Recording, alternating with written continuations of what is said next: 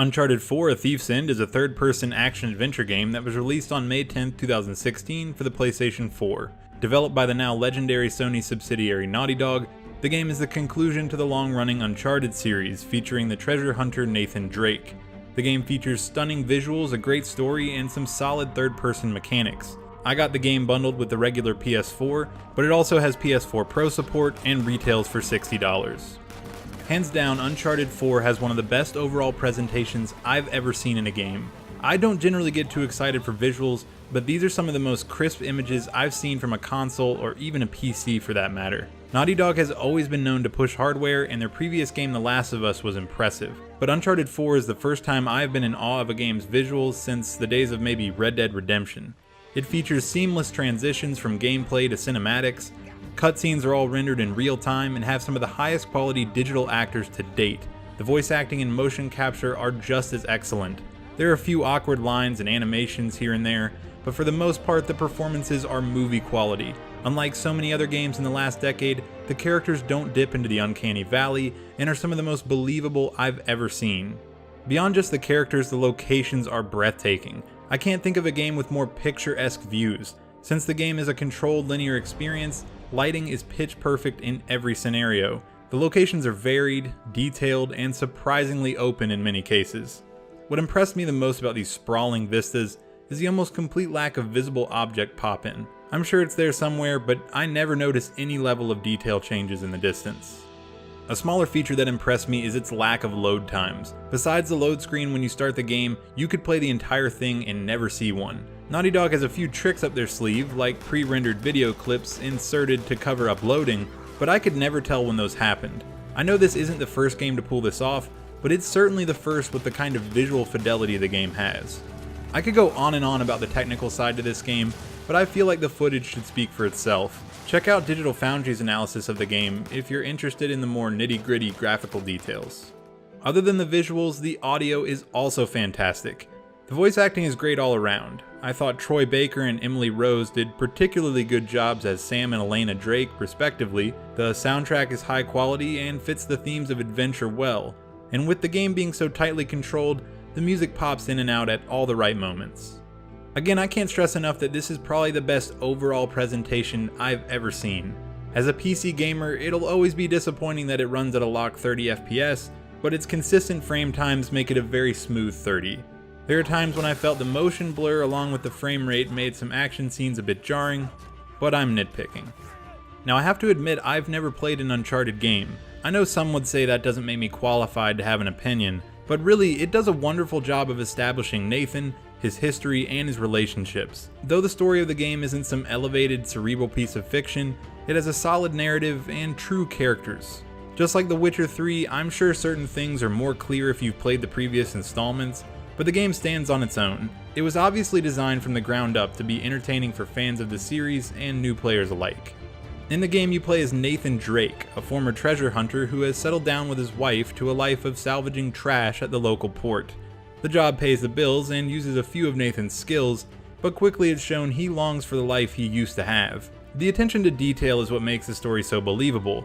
In a moment alone, Nathan shoots an air gun pretending to be back on one of his old adventures. This is a simple but effective way to present our character's motivations and dreams. You've got a grown man pretending like a kid. It's these subtle character moments that tell us who our characters are without necessarily needing to play through all the previous adventures. The story itself is told in chapters and features flashbacks and foreshadowing. The game starts around the middle section of the narrative, in a storm while you're trying to fight off some bad dudes. It's a cool way to set the pace. The game is showing you what's to come and how exciting the story will be. It's a teaser that makes all the setup that comes after it seem worth it. After your boat crashes, we cut to two main prologues. One scene is of an adolescent Nathan breaking out of an orphanage he stays at with the help of his older brother Sam, and the second one is one of Nathan's early treasure hunting adventures inside a Panamanian jail. Mild spoiler warning here. After recovering a relic related to the famous pirate captain Henry Avery's treasure, the Drake brothers and associate Rafe attempt to flee the prison. During the jailbreak, Sam is shot and presumably dies while Rafe and a reluctant Nathan escape. Nathan's brother reappears after surviving in prison for 15 years. His escape, however, came at a price. As payment for his release, he must find Captain Avery's lost treasure and deliver half of it to the drug lord Hector Alcazar. He has 3 months to do this or he will be killed. Nathan initially wants nothing to do with the treasure, but soon agrees if only to save his long-lost brother. He lies to his wife about a salvage job in Malaysia, and the two brothers begin a journey to find Avery's treasure. Going much further into the story really gets into spoiler territory, so I'll just say the story goes to some great locations and has a villain that isn't just comically evil. Nathan's old associate Rafe ends up being the main antagonist. Unlike so many action villains, Rafe has real motivations and is willing to do anything to get what he wants. It's great to see a villain whose goal isn't the money. He's already rich. It's the glory of the find and the respect it will earn him. Using his inherited wealth, Rafe hires the private army Shoreline to help find Avery's lost treasure. If there's anything wrong with the story, it's the inclusion of Shoreline. The soldiers become the faceless enemies that remind me of the bad guys in some cheesy Chuck Norris action movie. They go to every end of the world to find lost treasure and seem fine with watching hundreds of their colleagues die in front of them for a seemingly fruitless endeavor. It's all a bit tough to accept, especially considering Nathan's moral objections early in the game. He seems to have no issue gunning down Shoreline soldiers to further his goals, but has issues with salvaging a ship without a permit. It's not a big deal, but it's annoying from a character development standpoint. Nathan's clean and friendly image clashes with his total disregard for human life. But for a game with over-the-top action, it's stuck with mostly grounded characters. There is no supernatural force or world domination at stake. It's just a giant pile of gold. As I've already said, it's not a story with a lot of deep meaning, but it's fun and exciting. I never once groaned over terrible lines or stupid plot devices. I found myself glued to the screen, waiting for the next chapter. As far as gameplay goes, it's comparable to other games in the third-person genre, except its animations are smoother and more varied throughout. Platforming is most of what you'll be doing, and the mechanics work well. Jumping, climbing, and swinging from platform to platform all feel pretty natural. There are moments when the game seems to artificially extend Nathan's ability for cinematic purposes, but it only really bugged me once or twice. There isn't much bad I can say about the platforming.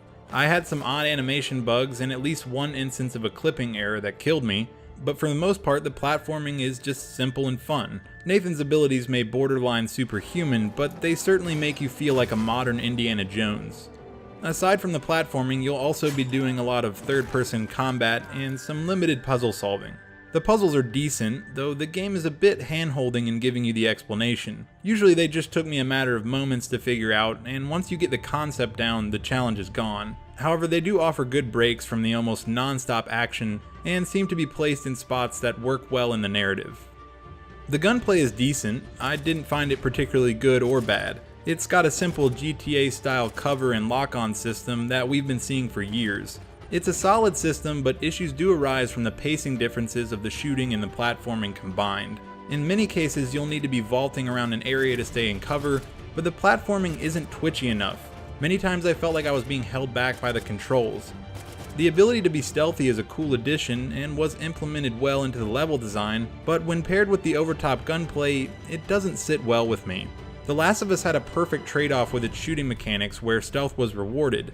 If you had to use guns, accuracy was key, and getting shot was no joke, whereas in Uncharted, Nathan can take about 50 gunshots before he'll die. Again, it's a decent implementation of stealth. During certain scenes like Nathan's rooftop escape from a high-end auction, it makes sense and works into the narrative, but as I've already said, it's an odd pairing with its over-the-top gunplay. The general pace is so intense that trying to be stealthy can really slow the game down. It was difficult to be patient enough to get into the stealth elements, and many times I just ended up gunning everyone down instead. Something I was impressed by was the game's level design. Though it's in no way perfect, I never got lost or turned around, but at the same time, I never felt like I was just following a simple point-to-point path. Because the platforming is so dynamic, the game allows you to find several different ways around certain obstacles, which makes it feel like you're discovering new locations naturally. I realized after playing I never felt like I found the walls of an area. The entire world seems open even when it's a locked-in linear experience. Where the game's levels suffer a bit was when it actually provided true open spaces. The scenes in Madagascar were stunning visually, but I was never quite sure what to do or how much to explore since most of the game is so directed towards a single location or objective. Overall, the gameplay is solid. While the mechanics are mostly things we've already seen before, they're done pretty well. The combat isn't anything special, but at no point did it hurt the experience. In many ways, the gameplay of Uncharted is just a way to push you through the story and keep it interesting. This isn't a game you play for nuanced skill upgrades and complex strategy. You play this as a package deal, and in that context the game provides some solid mechanics. Uncharted 4 is the most well-rounded game I've played in a long time. It's not perfect, but it's damn close. For a story that could have gone off the rails so many times, it sticks to its guns and offers up some great characters and a villain that has clear motivations. Some of the set pieces and action scenes go beyond ridiculous, but for some reason, it just works. Naughty Dog pulled a few of their old writing tricks to get us more invested in the story, and though it has nowhere near the impact The Last of Us did, it still had me on the edge of my seat right up to the final moments. If you have a PS4, get this game. It's the first in a long time that I would say is worth the $60 asking price. Above all the visuals and technical achievements, the game is simply entertaining. I finished the game in 3 days because I couldn't put it down, and I'm looking forward to playing it again. If you're looking for a big adventure with solid mechanics and a good story, don't hesitate. Uncharted 4: A Thief's End won't disappoint.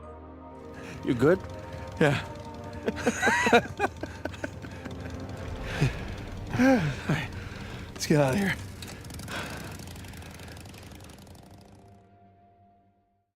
Okay everybody, that was my video for this week. I hope you liked it. If you did, give me a thumbs up. If you didn't, I think you know what to do. Leave me a comment in the comments section. And if you want to see more videos like this one in the future, go ahead and hit that subscribe button wherever it is. Next week, I'll be having a video on the i5-7600K paired with a new motherboard I'm getting. So I'm pretty excited for that video. It'll be my first CPU upgrade in quite a while. So I hope you stick around for that one, and thanks for watching.